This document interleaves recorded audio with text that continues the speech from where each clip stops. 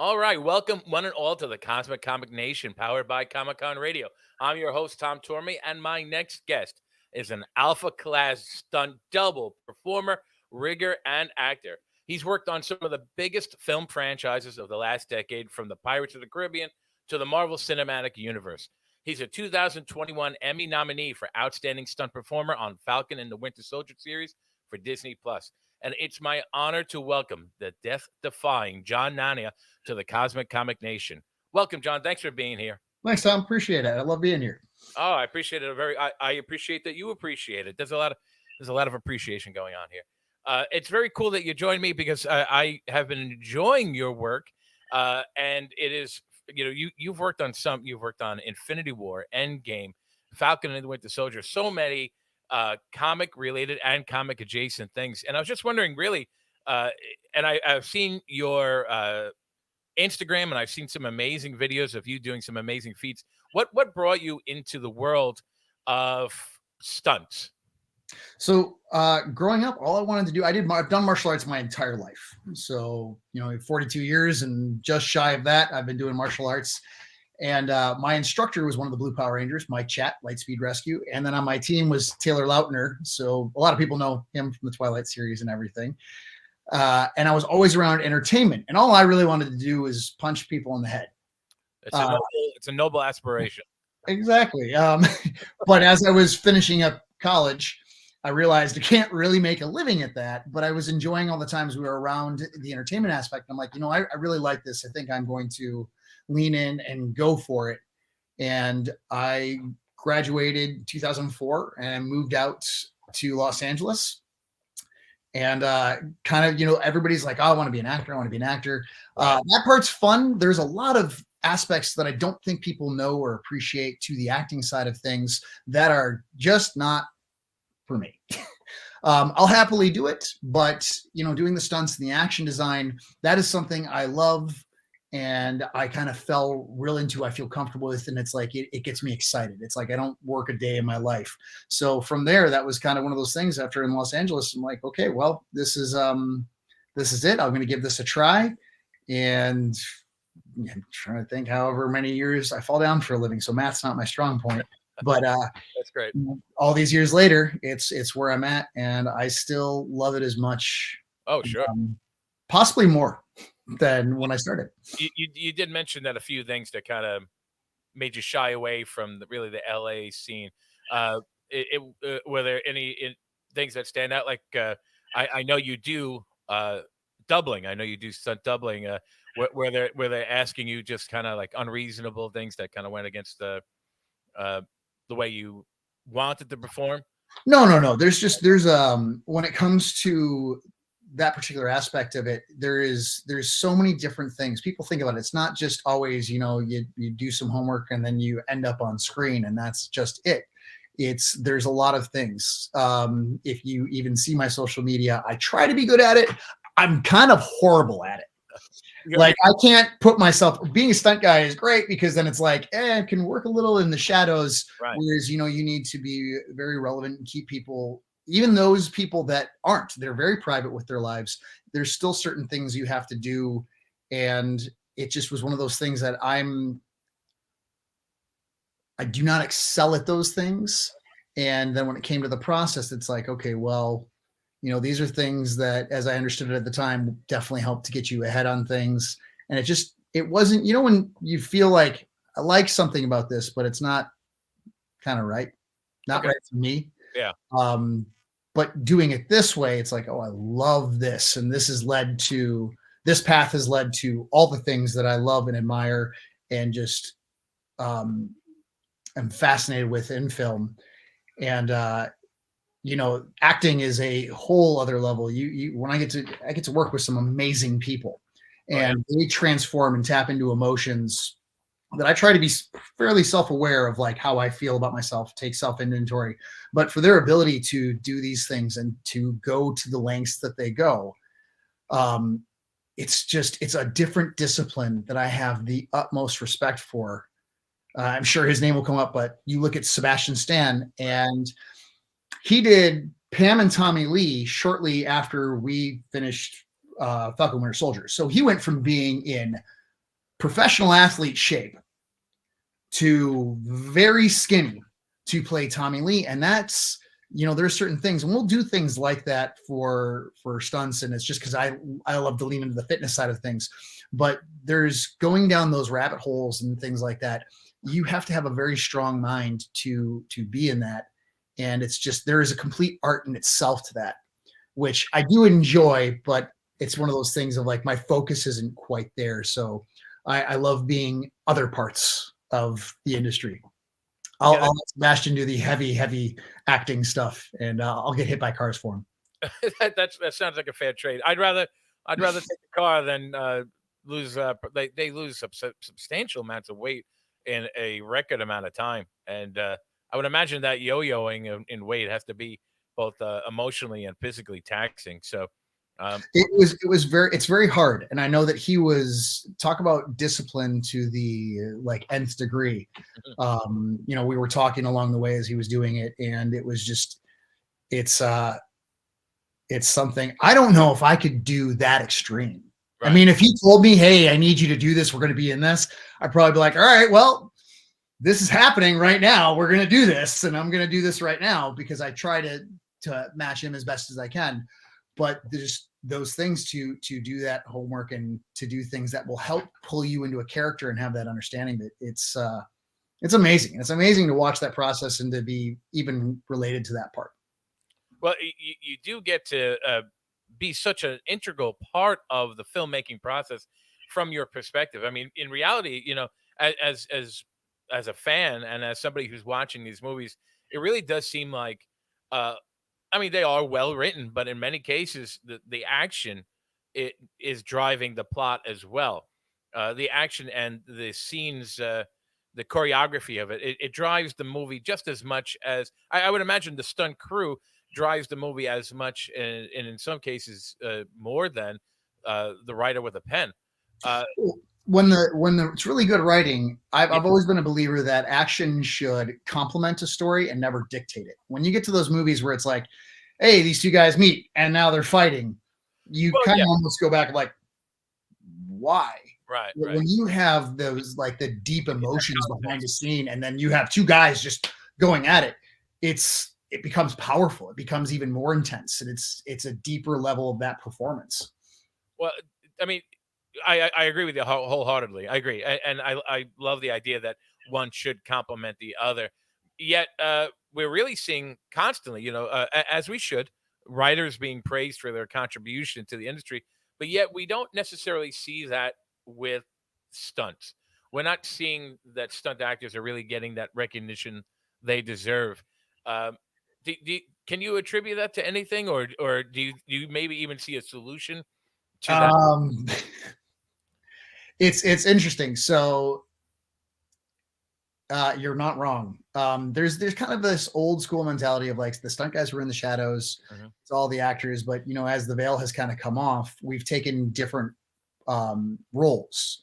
And it's not just being the stunt performer and doing certain things to it. We also are action designers. Right. You come up with these mediums, and it's a lifetime of training because these are skills that not everybody's going to go out tomorrow and get a black belt.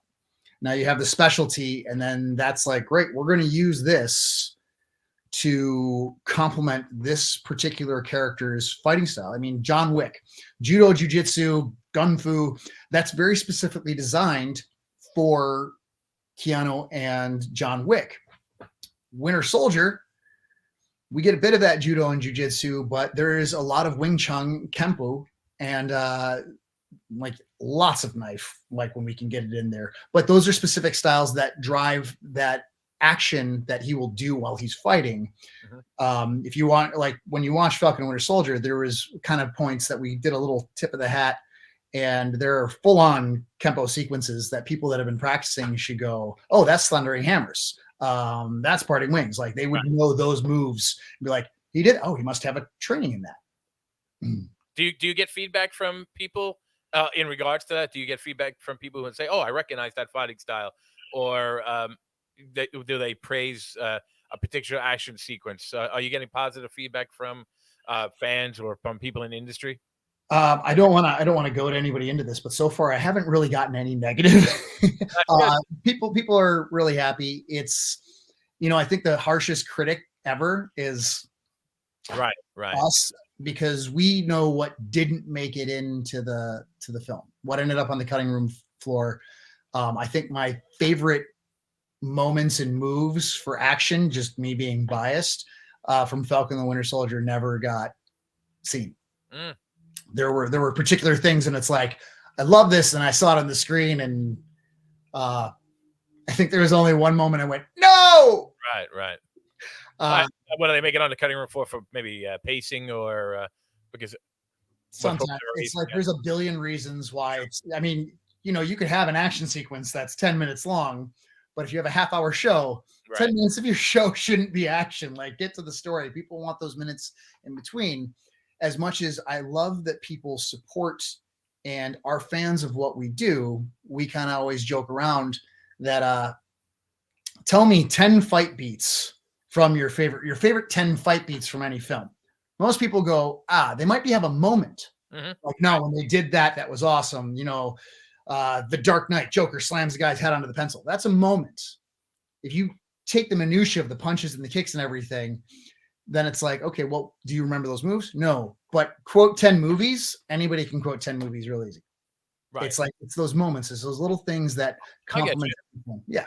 And do you notice because as a film fan, I do notice a big difference between the action and fight sequences that we have here in the United States versus, let's say, an Asian film where uh, we have our kind of rapid 2-second cuts, and they linger on the shot longer. If that do you have like a preference when it comes to that kind of style? So I know your fighting styles and will be dictated by the scene and the character, but in terms of editing and pacing the film, uh, is there a preference? Do you prefer like the Eastern or the Western kind of style of Cinematography. cinematography? That's the word I was looking for. I'm glad you found it. It was right there on the tip of the tongue, but it was not coming out. I really think it depends on your story, because there are some times where you want to live on that shot, that moment. You don't want to cut away. I mean, other times doing edits, yeah, let's edit it. There's the use of the it's almost a blessing and a curse. The use of the oneer. And probably the most famous use of the oneer is some things we got to have fun with. The amazing Chris Brewster doing the oneers as Daredevil. And you're in the hallway, then you're in the hallway and you're in the stairs. Then we were in the prison, and those oneers are incredible. And they really set the mark because not a lot of people were doing them. Now people want to do oneers because they're like, hey, let's make it a oneer. And it's like, we're not exactly set up for that kind of situation. It's going to be better with edits. And then a lot of times people that are trying to shoot oneers, it ends up being an edit. When you can do it, and if it serves the story, I think that's fantastic. I think when you get amazing actors that put the work into it, like when you watch John Wick, you can live on those fight scenes for quite a while. Why? It's all Keanu. Right. Nobody's stepping in to beat up 10 other guys. That man is putting in the work. He's doing everything. You can let that shot live. And that grabs us and pulls us in and engages us, because we're looking at him like, man, he's really there. He's really doing it. Yeah, that's definitely the kind of film that, in my opinion, what earlier I was referring to the idea of action kind of pushing that plot along, and John Wick absolutely comes to mind because that's a movie where I jokingly always said to people I could picture the John Wick script being like 4 or 5 pages and just have that insert of amazing action sequence, because I guess he really is adept at that. But he can tell a story through the action. Yes. Yeah. I mean, and you get that. He's like, when you look at it, and I've actually found that the first 3 movies play really well if you watch them back to back to back. Yeah. Like, I enjoyed all 3 of them extensively.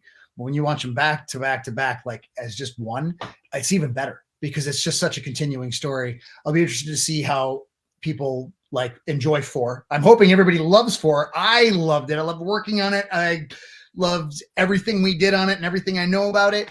I can't wait to see it, but there is a little bit of a gap. Not like months went by or something like that. Right. I actually don't know how much time passed, but John's kind of beat up at the end of 3. So they take a moment and then things really excel. And the bar was really pushed on that. But You've been with Keanu Reeves on John Wick, on 47 Ronin. Uh, mhm. you So the funny part is on Wick, I didn't double him. okay. I actually doubled Scott Adkins, which is just one of those things. We look very much alike, and I've gotten to double him in the past, and he is wonderful. I had come in, and when I'd come into Wick 4, I had just finished Gray Man, Oh, okay. doubling Chris Evans. Chris Evans, right? Chris Evans, Mr. Captain America, has a very specific physique. And I literally left Gray Man the moment he wrapped, and there was still a month left on the film, and they were nice enough to let me go to jump over to John Wick, which had already been prepping. And you can get away with a lot being a stunt double. Losing that much muscle mass that fast is, as much as I've tried, not possible. And then we just had a moment where they're like, hey, this doesn't match up. And they had another double who's absolutely amazing. He's an old friend of mine, Vincent Bouillon, French stunt guy, who's just he's phenomenal. I think you're gonna really like his work in that. And I was like, well, I understand. It's a bummer. It's kind of what we do, but it's something I should have been prepping a year in advance for. And oh, sure. I mean, but yeah, then my boss was like, hey, stand next to Scott. Okay, you're going to double Scott Adkins now. I'm like, sweet, let's do this. So, it's a win. I mean, I think I remember hearing about Christian Bale going through a similar situation where he had yo-yoed from The Machinist. He had lost so much weight, then bounced back from Batman Begins, and it was almost too big for the suit. So I'm sure you have that. You were doing adverse where you were. I would imagine. I'll say the word swole. I'm not sure if that's the cool. It's a word that works to describe for sure. Yeah. Right. That's what little cool kids say. I remember asking my boss, I'm like, hey, I'd be bereaved if I didn't ask, is there anything I can do? And he looks at me and goes, man, if you're ever going to lose a job, being too jacked is probably the best reason. That's a damn good reason. Yeah. And then, it's also, but on like with Wick too, it's kind of funny for all the things I got beat up, but anybody that knows who Scott Adkins is like, oh, do the fighting for that. That man, with all my life of martial arts, does not need me to do any fighting for him. He is amazing. It's Scott Adkins. You say the name and it's almost like, you're going to see incredible action. And I think in Wick 4, what you're going to also see is this amazing performance from him. I have a feeling he's going to be even bigger than he already is in the next coming years. He's amazing. Wonderful guy. That's a glowing endorsement. And along that lines too, there are generally like, how do you feel about actors who train to do their own stunts? Now, oftentimes, for whether it's maybe for insurance purposes or just because of the physical state of the actor, there are actors who will gladly, step aside and say, okay, this is not for me.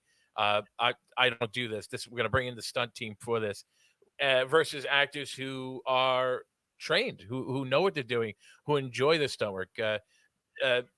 Is there a particular feeling for those kinds of actors in regards to that aspect? Do you prefer if they stay on, or do you prefer if they step aside and let your team do what it's got to do? I love them. I absolutely love them. Right there, two guys that you're talking about in spades, obviously Keanu. And I mean, he starts training a year in advance for Wick. And then Sebastian is another one. He's another guy that's going to put the work in. And what I love about it is when we start training, we start doing all the work to get them ready for it, because come on, you want to see them, you want to see the action looking at them. Right. Now, there's fun moments where I've got 42 years of obsessing about martial arts and learning all these different things. So when the moment really comes into this beautiful dance of complementing the character of what we can do, getting them to do as much as possible is fantastic. And I love it, because not only that, but in the acting sense, when you're playing John Wick or the Winter Soldier, you're playing this assassin. Mm-hmm. These are two of the nicest human beings I've ever met. They are incredible. And for all the fans out there that wonder what they're like in real life, they do not disappoint. It's amazing. They are everything you'd hope they'd be, and then some. They're not assassins. They're not. They don't have a kill count in the hundreds. I got to tell you, it is good to hear. I always tell people I'm glad to know that they're not assassins, and then but it's even better to hear that they're as great a people as they appear to be, Yeah. and that's always a pleasure to hear and to know that. Because when you hear someone is like miserable behind set or they hated doing the acting, it kind of takes you so much out of the film as a fan. And I was talking about this recently with an actor named Patrick Cox, who is a professional wrestler turned actor. He played he played Bam Bam Bigelow on Young Rock, and he was talking about meeting some of these actors and wrestlers, everyone from John Cena to Dwayne Johnson, and just how kind and amazing they are behind the scenes. So it's good to hear that these guys fall into that category too. Yeah. Well, interestingly enough, for even the character, for the people that I have met in my life, like the real life badasses, they're usually the nicest people because they have absolutely nothing to prove. Oh, that's a solid point. Yeah, it makes a lot of sense. They can sit in a room full of guys that are like, "Yeah, man, I'm gonna beat you up like this," and that they sit there. And one of my closest best friends, Dave Camarillo, who trained Keanu, you look at him; his ears are as cauliflower as they come. Oh God. He's not the tallest guy. And then if you know anything about his judo and jiu-jitsu background and his background, nicest guy. If you sat there and I think if he looked at you and you're like, this person needs $1, he'd come over and go, hey man, here's 20. Like, take it, like do this. Can I get you anything else? Because if he had to cross that line, this guy could probably throw you so hard you'd reach the center of the earth. I mean, will take your word for it. Yeah, I will. I will be as kind as possible. But when they do put in that work, what's nice is because I am kind of that obsessive, and earlier today I put in a few hours of training, just getting ready, and I do that every single day, and that's part of my job to be as ready as I can for them. I can bring them to as far as we can go, but then I'm also bringing myself here. So it's like, okay, you're going to do this, this, and this, and then there might be this one sequence where it's like, I'm going to do this one, and we're going to do this. And then bam, hit by a semi, and that's me. So there's usually something for me to do. I'm never sitting around bored. And then with these wonderful guys, because they do put so much trust and faith into you. Oh yeah. It's not like, all right, well, I did my job. They're training all that. I'm watching a monitor, I'm sitting there, and I'll be like, hey, come over, just shift this punch, cameras here, do this, change that, like do this. All right, feel this. When we talked about this is that moment. And really having that communication with them to help them get into that character, because you believe that John Wick could basically kill the universe, and then the Winter Soldier is the most threatening person in the Marvel universe. Right. And that's that acting meets that preparation, and that's why they are so good. And that's good that you're there to kind of coach them along in the performances. But have you ever found yourself in a situation, because it is a job, but your safety and the safety of your co-stars is paramount, because I would imagine no paycheck is worth getting injured for, where you're not going to be. Have you ever found yourself in a situation where you kind of had to turn down, or even maybe tone down, or even turn down a particular sequence to say, that semi is going to kill me? I am so fortunate that in my personal career, I have worked with such amazing teams and people that I've never been in the situation where I've been on set and I've gone, this isn't right. We can't do this. We need to do this. We're not going to let you do this. I've worked with people that I basically trust blindly. Have I had calls for people that those situations would be absolute? Yes.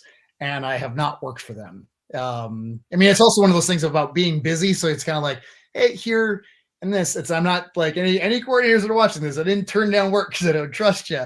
But there's one, or like it's really just within the palm of my hand of people that I'm like, you know what? I know you. I know your body of work.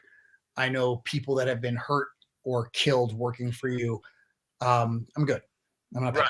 No, that's great that you're in a position to be able to do that. Yeah. And with, the actors that I have closer relationships with, I tell them this, I would tell them the same. I'd be like, hey, I want you to know I'm not going to work for this person. I want to be there for you. However, you need to know your safety is at risk as well. I want them to be very clear because I care about these guys. I love these guys deeply. Right. They are not just people I work with anymore. They are also friends and buddies. And it's, I want to work with them in the future. Oh, absolutely. And you know what? To your credit, before you had mentioned that you don't really have a hang on social media on how to use social media, but I got to tell you, I love looking at your account because not only do you post these awesome sizzle reels where you kind of you showcase your ability, but then you highlight and showcase others, and it is great because I have been following you, but it's also I get to click on theirs and say, oh, okay, these guys are awesome. I'd like to keep in touch with them and know what's going on in their career too. So it does show that your camaraderie and the way you look out for them is very clear. Uh, Those are the people that inspire me. So I feel like if they're inspiring me, they probably inspire other people.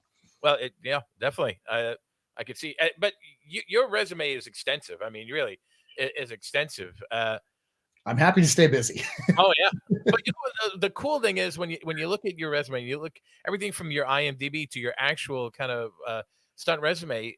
You've got such not only do amazing jobs, but skills. I mean, you've trained with the SWAT team. You are specialized in all sorts of weapons. It looked like, and correct me if I'm wrong, a lot of adept at knives. Uh, Yes, I'm sharp and shiny and pew pew are two things that I've just drawn towards. nice, sharp and shiny and pupil. I like that a lot. Yeah, well, because I have a background in two Japanese sword styles, Iaido and Nichi, and that was one of my martial arts things. And I loved the sword. And then as things go on, there, with the exception of something like 47 Ronin, there really isn't too many opportunities for a 6'1" white guy to use a Japanese sword. Gotcha. It's not like every single show's got that. Right. So I had to adapt and learn other things. And knives are one of those things. I remember as a kid, my uncle actually, um, it was at my first communion. I'm spiritual. I'm not the most religious person, but I went through that as a kid. And my uncle was like my sponsor, and he sits there and he just goes, here, put this in your pocket and keep this on you. And he gave me a knife. I still have that knife. And he goes, you should always have a knife on you. It's a great tool. And everybody that knows me usually will say like, all right, how many knives do you have on you right now? Wow. It's always one, sometimes three. They're great tools. You never know when you're going to have to open a box or I hope to God I never have. Even in my days before stunts and all that, I was a private security contractor. Never had to pull a knife on a person, and I hope that we have this conversation on my last day of life, and I can say never had to pull a knife on somebody. Right. Right. No, I'm with you 100% on that. How about the SWAT training? I mean, does that sound as both difficult and as fun as it sounds? It was amazing. So I'm the kind of crazy kid that loved this, and same uncle. I have a lot of uncles, but same uncle. My uncle Jeff Nania. He's an author, and hopefully someday we'll do his books as movies.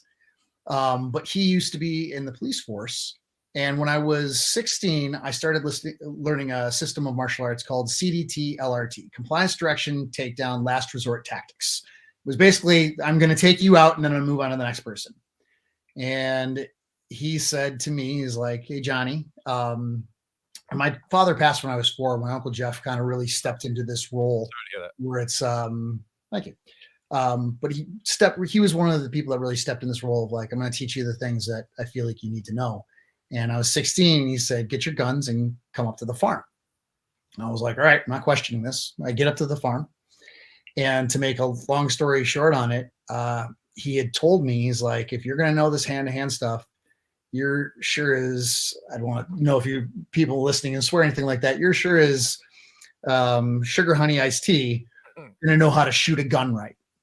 And I spent that summer with my 14-year-old cousin, and we ran around with M16s and 1911s on our hips, learning how to clear barns and use them properly. And this should not be confused with, wow, you just had kids running around with firearms.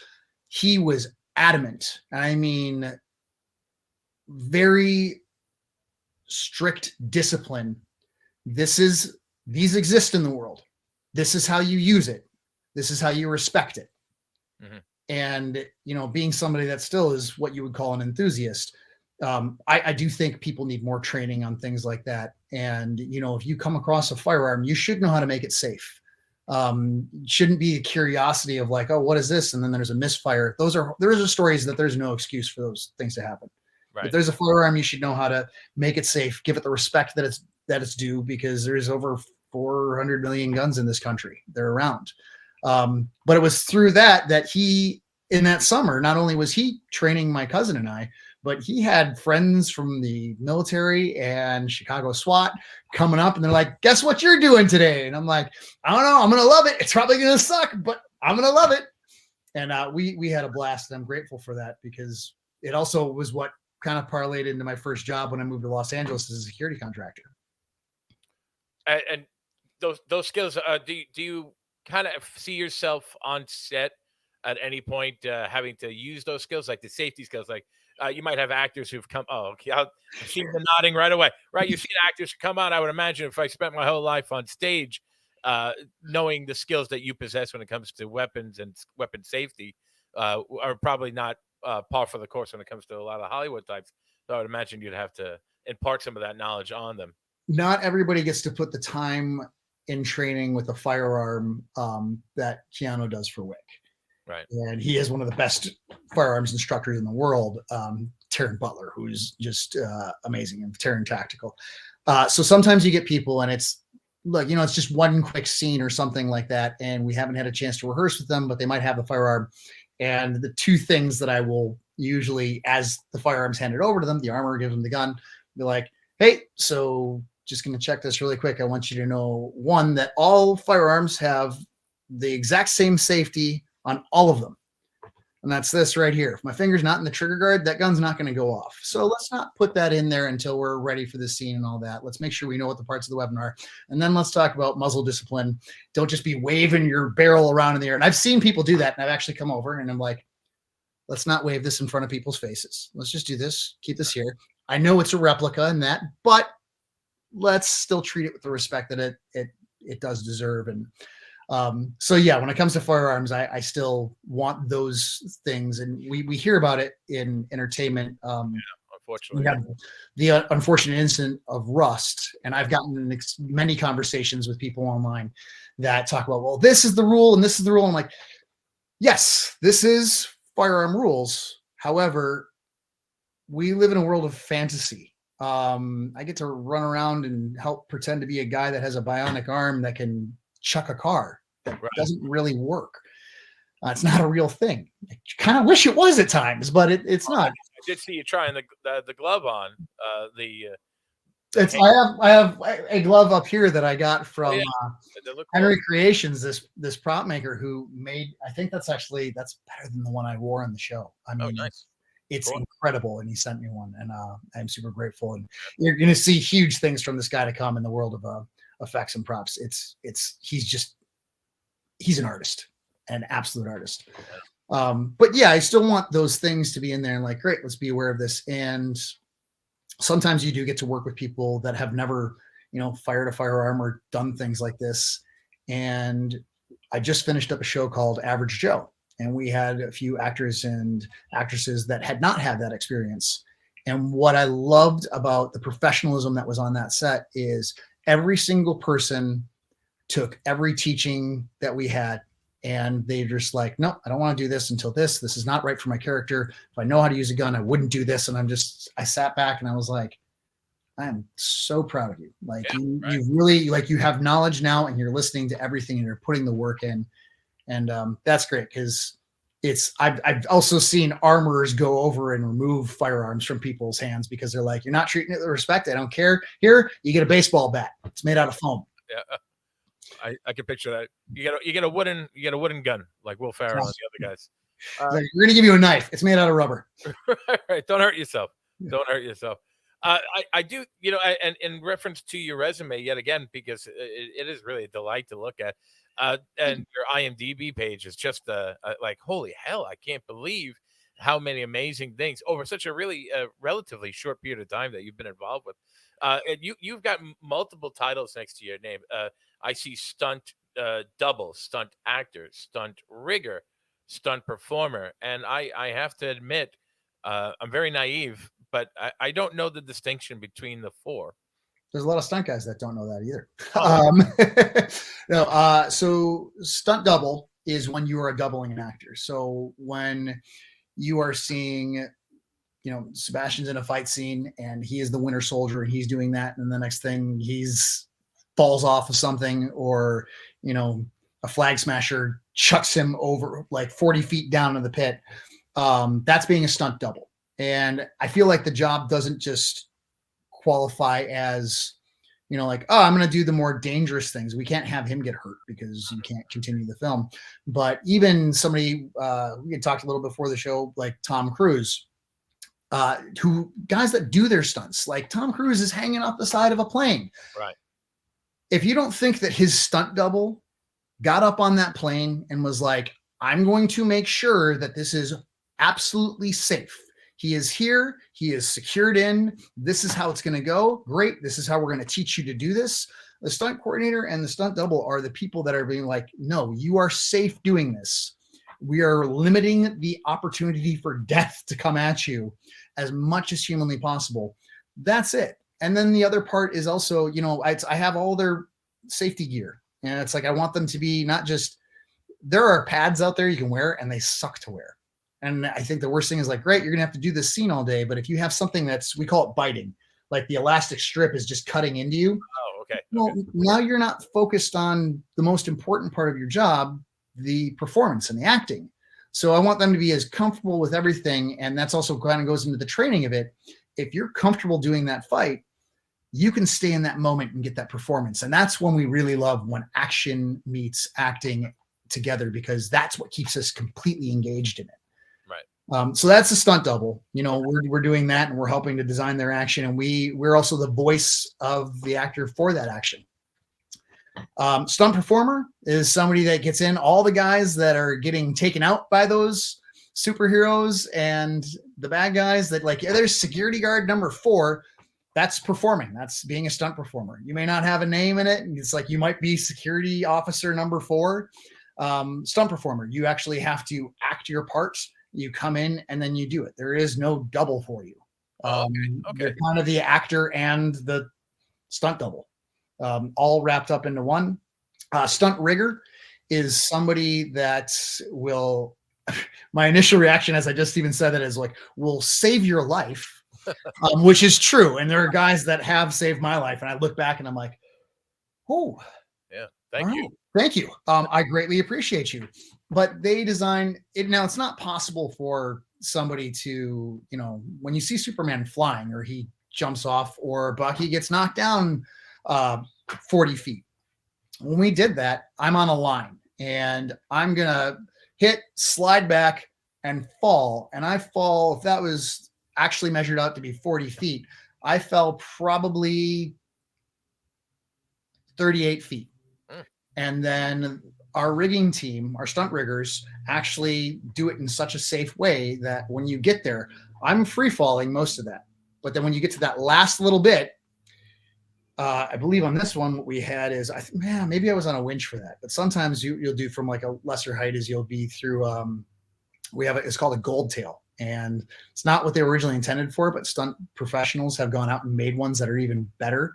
But you loop the rope through, and then by hand you can feather it in, and you can have a knot there, and then the knot will catch. So it is physically impossible for me to hit the ground, which would kill me. Right. So they're the ones that figure out all those things of like, great, we're going to have you get ratcheted back into this semi. Oh, you're getting punched? Well, that would send you 10 feet back. This is Captain America. We'll have you on a line, and then we'll have you hit this pillar. Like, these are the guys that figure this out and do all these things. And they're incredible. Their engineering brains are just impeccable. And again, I've gotten to work with some amazing guys. What was the third one? No, you did. You The fourth one. That was three. It was like there's a fourth one. double actor, rigger, and performer.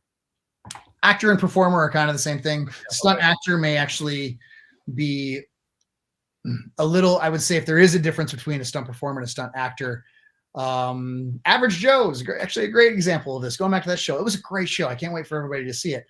As well as being a stunt double and wearing many different hats on the show, there was a moment that they needed a bad guy, and they just kind of turned like, "Hey, John, say these lines," and I said them, and because nothing's come out, so I can't say it. It's like part of it was in another language that I happen to be familiar with, Nice. and I even said that, and like, great, so you're now this character. So there are days that it's like, yes, we have this fight. Okay. It goes on, and it's all me doing the fight because I'm the stunt performer. But as the actor, then there's just days where I'm interacting with the other cast and the crew, and I'm there because I'm established on things. And those are some very easy days because I actually sometimes I'm more worried about like, great, I got to say something. I hope I don't sound stupid. But if you were to tell me like, do a 120 beat fight right now, I'm like, oh, I got this. This is easy. That's your world. That's your world. I get it. Yeah, exactly. It's like, but you want me to talk? Oh, that's right. I got to do this line in that language. This is going to be great. It does seem out of the four, just based on everything you said so far, that you have a preference for the stunt double. Yeah. Yeah. I do like that. It's as my years go on, and I've done this a few times, like stunt coordinating, fight coordinating are probably right up there with it. But I think I definitely lean towards the stunt doubling because I have had such wonderful experiences working with such amazing actors and their processes. I really haven't worked with anybody that I'm just thinking, dear God, let this project end. I can't stand this person. Everybody's awesome. Like talking about Average Joe, I doubled the amazingly, almost like you knew he was the cool guy in high school kind of thing. Michael Trucco. He walks in and you just sit there talking to him. You're like, man, you're cool. It's just, and it was wonderful to work with him. And there was a bunch of driving things. And there were certain days where the first day I was working with him, we're just talking. I'm like, yeah, so I'll probably do this in the driving. And then he starts telling me about his driving background. And this is how cool this guy is. He's done 2 celebrity Grand Prix, and he used to do a whole bunch of different types of racing. And I'm looking at him like, you're a better driver than I am. And he's like, no, you have to very humble. And I'm like, no, Michael, I'm telling you right now, this is admission. You are a better driver than I am. He did. Anytime he's driving the car, unless it was something where it was a near miss or would have been something of, hey, we're going to put you in a little more danger. So I'm going to do this here. Right. But otherwise it's him ripping around in his car and everything, like his cop car. And he's just, I'm very lucky. I get to work with awesome people. You have. Yeah, you still do, and you have. I mean, are there any kind of? I know you've doubled for Sebastian Stan on Falcon and Winter Soldier, Chris Evans for the Gray Man, and then like people like Keanu Reeves. I think you were doubling for him on 47 Ronin. Uh-huh. And are there any kind of standout? Because I can imagine the feeling you get when you see these people like, damn, you're so cool. Do you kind of have that feeling when you get to meet guys like this with Sebastian and Chris and Keanu? Do you still get the kind of starstruck, wow, you're so cool kind of feeling? No, I mean, even with Trucco, is like, as cool as he is, it's like my usual first thought is it's not so much starstruck. I get starstruck by the weirdest people, like people you'd be like, who? And it's like, they were influential to me. Right. But I meet them, and my usual first thought is, oh, thank God you're cool. Okay. Like you're going to be great to work with. Yeah. And then, because you can't really know somebody after one day, but it's, after all the time I've spent with Sebastian, he's one of my favorite people. You have a great track record of working with amazing people. So Let I'm let's hoping it keeps going. I feel like I might be jinxing myself today by like no, no, one no. of the next jobs. I'm like, hey, have you ever met this guy? You're going to be doubling. I'm like, oh dear God. Yeah, yeah, yeah, Oh, I'm going to make his pads 2 sizes too small just so that yeah. they're a little tight when he's out there. That's great. No, I I would mean, never, it but seems like I mean, you've had you have an amazing career going. You did work on Black Panther: Wakanda Forever, yes, and I was happy to see. I remember watching the film and watching Angela Bassett with my sons and my wife, and I think I turned to my sons at one point and said, if she doesn't win an award for this, there is some disservice. I mean, there is clearly a bias against superhero films in general. Then, and bless her, she won.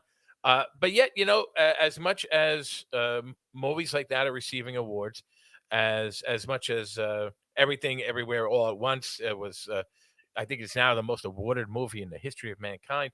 There's no real and action playing such a key role in the film, but there's no real Academy Award for Oscars for stunts. there is no award Yeah, for I mean, no Academy Award for stunts at all. Not even stunt coordinator. and why do you think that is? Again, when it's such an integral part of the storytelling, when it's such an integral part of the movie making process, yet it seems to get cut on the put on the cutting room floor when it comes to the award seasons. It's I do not actually know the reason behind it. I've Yeah. always wondered that.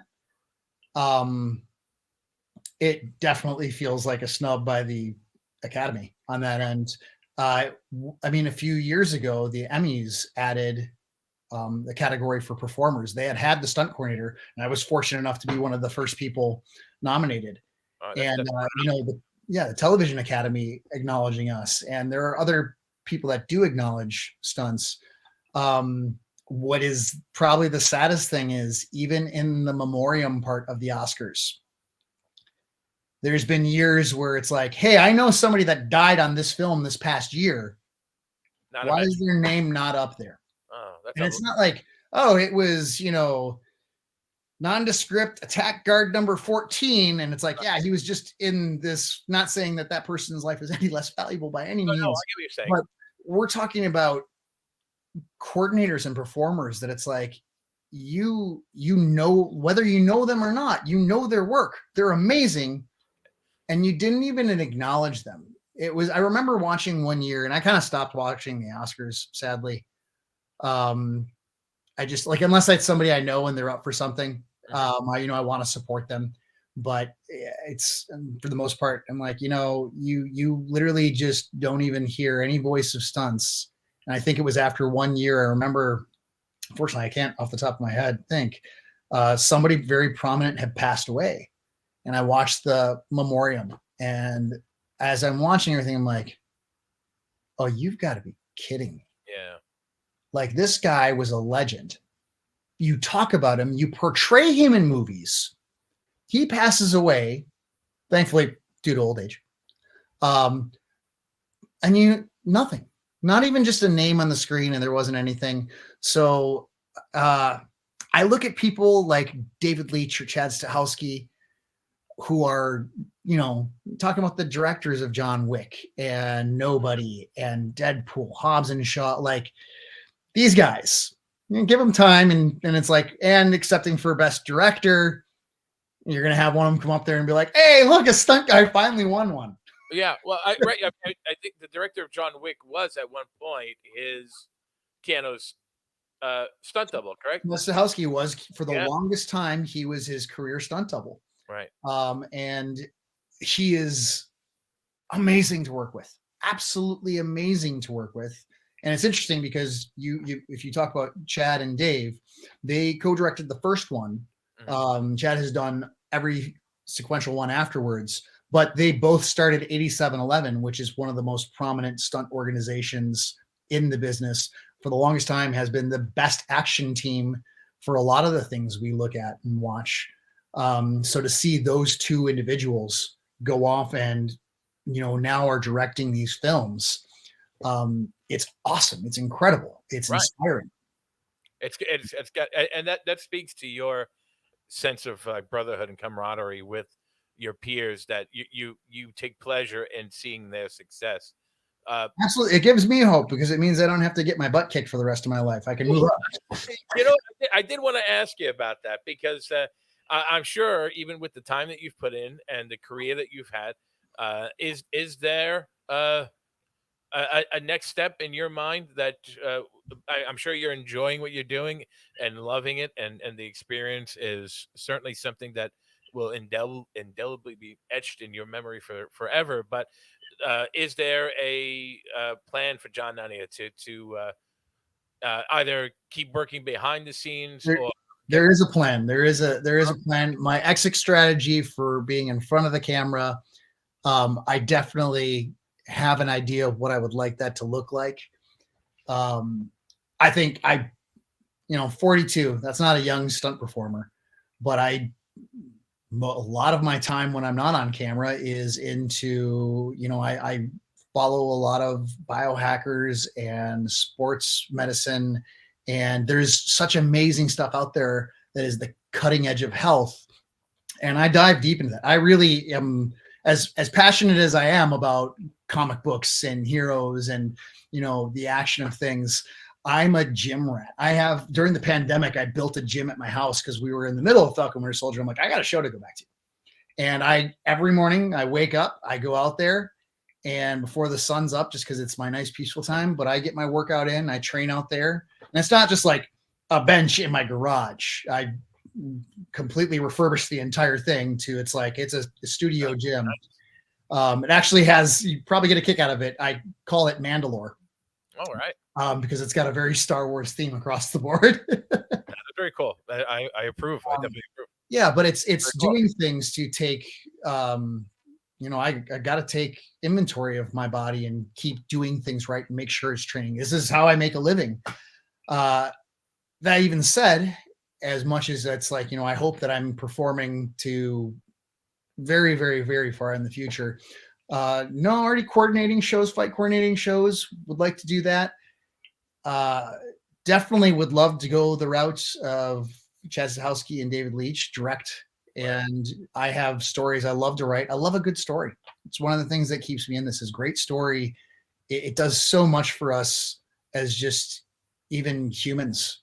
And I have a very,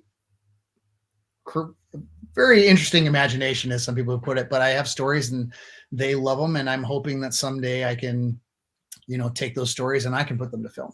So No, that'd be great, and I would look forward to seeing what you do with all that.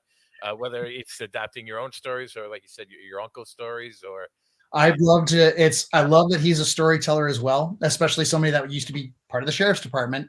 And then he went on to actually saving the environment. And now he's taking all these stories and they're amazing, amazing books. right. Um, So as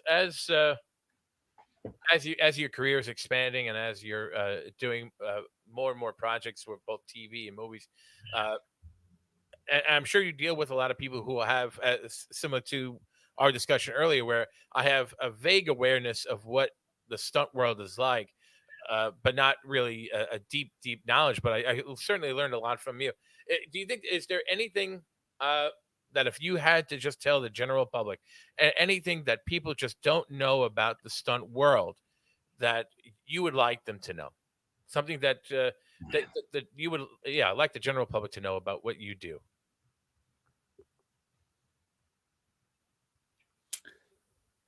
that's good Yep. question. Oh, Um, thanks. I'm just like, huh. I guess there's so many misconceptions, I'm sure, about the industry as a whole, and not seeing it at the Academy Awards, not seeing it honored in the way it should, probably leads people to have. So actually, this is probably the most important thing because there's a lot of different answers you had going through. Like, by the way, thank you. I love a good question that makes me sit there and it's like boom, boom, boom, boom, boom, boom. Like, all this here. Wait, collect my thoughts. I think the biggest misconception with stunts and something that I think everybody should know is, yes, it's cool and we do this awesome action and we're hanging off of planes and we're jumping off of buildings. We're getting hit by cars. Our jobs first and foremost, safety. Okay. We spend, as I've mentioned, one small part of my training in my life has been martial arts. That is knowing the even talking about the firearms and with knives, the safest way to do everything. We want to make it look dangerous. And yeah, there are times that we are pushing the envelope. Nobody's trying to push the envelope. Everybody's sitting there, and it's like the first time I did a full body fire burn. Oh People were like, God. that's crazy. Like, you do this, what's going through your mind when you do this? Uh, it was one of the most cathartic, relaxing things for me, because when we got to it, we had done all the prep for it. They're layering me up in my gels and my Nomex and everything like that. All I had to do was burn. I just had to be on fire and do the performance. I had this wonderful team of people around me that, they were probably more stressed out, being like, at the end of the day, John goes home. Right. We make sure he goes home. And you kind of get this great community of guys that you can meet, guys like, hey, it's my first job with him. I've known him for 2 weeks, but already, because of the career, it's like, hey, I'm gonna trust you with my life, and you're gonna either build that or you're gonna break it down. And it kind of instantly brings you close to these people in ways that it's Mhm. it's almost undescribable. But I never want to have to make the call to a friend's significant other saying, hey, they're in the hospital, something happened. I will sit there, and I don't like it's funny because, when you're cut from the end of the day, your scene's done, you go home. If I have somebody that I care about and they're going to be doing something, I don't want to. I want to be like, hey, can I stay on in something of safety? Can I do this? I'm not trying to earn more money on the clock or anything like that. I just know that I have their interest. I'm very invested in their interest and like their safety. And I'm like, this person's family to me. I want to make sure that my eyes are looking at everything and nothing is missed and everything's there. And, we do that. And I've, again, as fortunate as I am, I have been surrounded with people that, because of the professionals that they are, because they care like that, things things happen, and Mhm. it's sad and it's horrible. Um, there's so many details, and it's because they are so attentive and such professionals that they know to shift or move or change something. And then if it goes wrong, you're sitting there going, oh my God. Mhm. And then you have your coordinator who's going to say, what happened? Let's do this. We'll analyze this. We cannot, that was too close. We're not going to go there. Everything is safety. Stunts, yes, it's stunts. It's trying to find the safest, smartest way to do the dumbest guesswork you can on certain things. That's Um, great. yeah. So I guess on the whole thing of it, it's like, it's stunts. We're safety professionals. Yeah. I think that sounds like a T-shirt ready to go. Doing the dumbest things possible in the safest possible way. I that seems like a I've T-shirt. seen it. I can't find it, but there's Really? someday I'm gonna buy a t-shirt press, and I'm just gonna sell stunt quotes on the t-shirts. There you go, man. That would be a seller right there. I mean, because I have to admit, as much as he complimented the question, I have to compliment the answer. I never in a million years thought that a full burn would be cathartic, but I understand your excuse me, I appreciate your explanation of it, and it's really an interesting concept. But it also is amazing that everybody is going out of their way, including yourself, to make sure that everyone's walking out and going home to their family the next day. That's a very cool way to think about it. Um, It's a wonderful feeling, even at the end of the day of doing some really gnarly, crazy stuff. You're leaving, and the fact that you're leaving and you're like, I'm good. right. You kind of have a euphoric feeling of like, man, thank you guys. And that's at the end of every big, massive, crazy stunt sequence I've ever done. I just, not even thinking about like, well, I'm going to do this. This is a professional thing to do. I just go to the guys and I give everybody a hug, and I'm like, thank you. Thank you for being part of this. Thank you for taking me through this. I was wondering because stunt choreography is such a uh, an interesting thing, because it's a dance, but the safety involved. And I was wondering if you wouldn't mind just uh, I'm going to give you a few actors and people, maybe some who have passed, some who are still around, but let's say a proper fantasy fan fiction kind of way, if you had to choreograph a fight scene between the two people I'm about to give you, uh, where would you set it? And if you were going to use any kind of specialized weapons, or which ones would you use? Are you okay with I that? already know I like this game. I'm gonna take this to set when I'm working with people. I'm gonna be like, all right, we're sitting around in the trailers waiting for go time. And be like, all right, let's play this game. All right, here we go. So let's start with Fire away. Jackie Chan and Tom Cruise. Could you imagine? Yeah. Um, okay, Jackie Chan and Tom Cruise. If you had My initial feeling on that is like, okay, starts on a plane. It's going to go and they're going to use the I'd love to see just the different elements of like, the toiletry bag and maybe a pack of peanuts. I can't imagine what Jackie could do with that, but it would probably be something amazing. right. From inside the plane and all that, they're going out the plane. Ah, And Tom Cruise would love it. it's going to be shot like not a lot of people know this, but in Iron Man 3, when they do the out of Air Force One, that's all practical and real. CG is painted over it, but the entire sequence till when they hit the water is skydivers doing all that. It was an amazing sequence. I would be like, okay, Jackie and Tom, you're going to keep fighting. Right, The entire way down. You're falling, you're doing this, safety teams around them, cameras following them. They're still fighting out there. Have them pull. We're talking like my dream sequence here. One parachute gets pulled and somebody pulls a knife and cuts it. Now they're fighting with the knife, which would also, I'd sit back and be like, well, why didn't he pull the knife sooner? But, just going off the fly here, maybe the parachute gets tucked up. They have to cut it.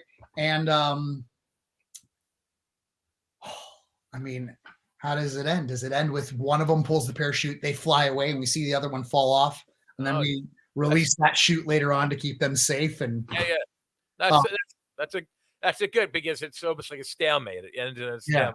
Yeah, you didn't get that, like, who's better, who would, you walk away knowing that you could see it again. How about Zoe Bell versus Jeannie Epper? I got goosebumps. Yeah, Jeannie Epper, for those people who may not know too well, is a legendary stunt performer, and has been going for decades. I think even starting in the 70s with, or maybe not starting in the 70s, but even working on Bionic Woman in the 70s. So, and I think she's still, or God help me, performed a few years ago at least. Okay, so you have two amazing kick-ass women that can act. Right. Both can act. That's right. That's true.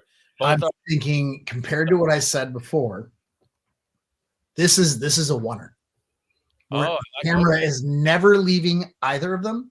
We're going to have one camera and it's going to follow this whole fight, because you have the performance that can be there, but you also have the drag down, dirty knockout stunts that can be in there too. So I'm going to have two locations on this. The same thing. It's going to start in a bar. And it would start, I think, with just the two of them kind of talking. One of those things of like just both on the edge of like, okay, who's gonna go first? Right. Like, this is a moment between these two characters that's been building, and they're finally sitting across from each other. And they don't care about anybody else in this bar. And when it finally kicks off, they are going to smash and destroy this bar. No bottles safe, no glass. Things are getting broken. People are going through tables. And at some point, one of the other ladies is going to either, I was going to have her kick her out. Nope. She's going to spear tackle her through the window. Nice. And they go out to the street. I wouldn't be happy if they didn't go through the window. From there, keep fighting. They are in the street and boom. Sorry, ladies. I'm going to hit you both with the car. Up in the air, hit the ground, and at that point, somebody will take advantage, and whoever can crawl to the other one and just aggressively, again, not anything really technical, because I want to reference The Last of Us, but spoilers alert. not this last episode, but the episode before. It's all good. If you saw Ellie killing this man, there's nothing complicated about the way she did that, but holy crap, that was amazing. It was a phenomenal performance, and I loved every minute of it because everything they built up to it. So whoever gets to win that fight, not technical, it's just smashing. But because we have that acting that can also be there in this oneer that I think producers would want to shoot me over, be like, dude, you're gonna do this as one. Yeah. We mess up anywhere in this, we got to reset. Right. And it's just that anger and hatred, just pummeling type thing, and that would be the end of it. And I'll give you one last coupling. Please, I love this game. This is great. Bruce Lee and Michelle Yeoh. I mean, remarkable actress, remarkable actor, both amazing performers. Of course, separated by time, but still. But in a perfect world. Yeah, right. Obviously, it's a martial arts fight. Okay. We're talking kung fu action. However, it would be this type of situation where, in my mind, I'm thinking almost like a Mr. and Mrs. Smith. Oh, I like that. Which is one of my favorite fights. How incredible was that fight scene? Yeah. Great scene. Devastatingly erotic, as some friends would say as well. Except with them, people describe me the same way. So that's a good way to be described. I'm hoping to, on my tombstone, it's put on there. You know, John and Nania, stunt guy, devastatingly erotic. That's beautiful. But I put them in a scenario, again, kind of in the same thing, where it would be very still. Because I think with those two, in the styles between the moments, it's the moments of like, you know, just the knuckles curling and we're waiting for it, to the quick like smack and like everything in between those beats, almost kind of watching each other. And I think to make it, in my opinion, more of a intimate, deadly dance, I would say maybe at one point they were married. Something happened to the child between them, and the child passed. And there is a miscommunicated resentment towards both of them. They both hold the other one, like, you know, they went from a deep, passionate love to my love is now to see you end, kind of thing. Damn. So that way, the moments in between are, you have these two people that have these skills and they know each other deeply and intimately. And it's those moments where we don't see things. It's almost like I'm looking at the chessboard. And I know you're thinking 4 moves ahead, but so am I. So where is this next move? And then that comes into the next one. And then it would build from there and up and up and up. And then, you know, going off the little story that I just kind of came up with, I think it could just end with them breaking down in tears. Right. Stalemate of being like, it's like, you know, you were everything to me until that one came into the world, and then my world was destroyed. And it's like, that's the exact same it was for me too. And like, you know, having that kind of understanding of moment. God, these would all be so much fun to shoot and to choreograph and do. I want them all to be real movies now. Oh, so, you know, I swear to God, I was just thinking the same thing. I'm like, John, you were not kidding when you said you had an amazing imagination, because I want to see each and every one of these right now. And I'm a little pissed that I definitely can't see the last one, but that sounds fantastic, man. I really do. I could see you bringing this to your own films. You know, I could see you bringing this. I know you have a bright future in the industry. I know you have, but just listening to you talk and hearing your passion, not only about storyline and creativity, but about safety and professionalism. I can't imagine anyone like you not having a long, amazing career. I'm glad that I got a chance to talk to you, because really is eye-opening about what the stunt world is like. Well, And thank you. I've enjoyed all of it. oh, my pleasure, my friend. Like I said, I'm gonna steal that game. I'm gonna play it with friends. I, you know what? That would be an honor. That would be an honor. Uh, can I ask? I know you mentioned Average Joe. You just are you wrapped or Correct. We finished that one about a month ago. and so is there a release schedule for that? Because I'm sure people would love to see and follow you and get to see your work.